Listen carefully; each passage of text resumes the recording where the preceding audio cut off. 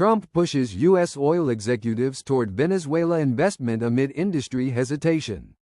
President Donald Trump held a high-profile meeting with executives from major oil companies at the White House on the 9th of January 2026, urging them to invest heavily in Venezuela's oil sector following a controversial U.S. military intervention that removed Venezuelan leader Nicolas Maduro from power.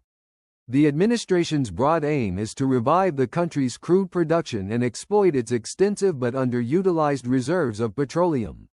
At the White House gathering, Trump called on companies such as Chevron, ExxonMobil, ConocoPhillips, Shell and others to mobilize at least $100 billion in private capital to rebuild Venezuela's crumbling oil infrastructure, which has suffered decades of neglect and production decline.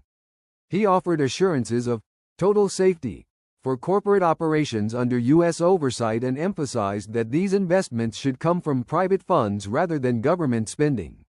Trump's pitch frames Venezuela as a substantial economic opportunity, noting the country holds some of the largest crude oil reserves in the world and could eventually contribute to lower energy prices and improved U.S. energy security.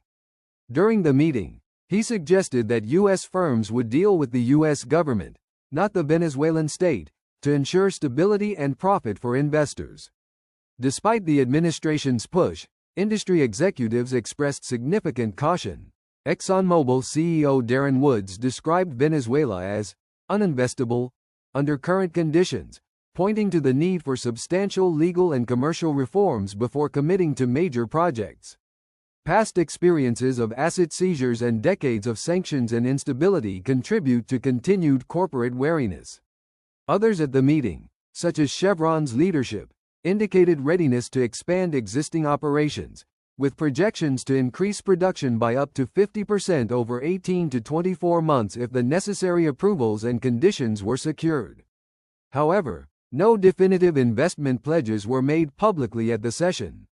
The administration's strategy follows recent U.S. actions in Venezuela, including the seizure of Venezuelan oil tankers and the redirection of 30 million to 50 million barrels of previously sanctioned crude to U.S. refineries, part of a broader effort to assert control over Venezuelan petroleum flows.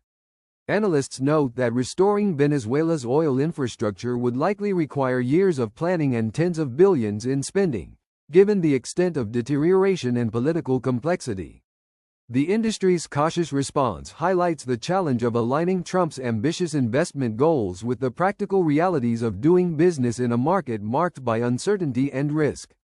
The meeting's outcome underscores a strategic pivot in U.S. energy and foreign policy. See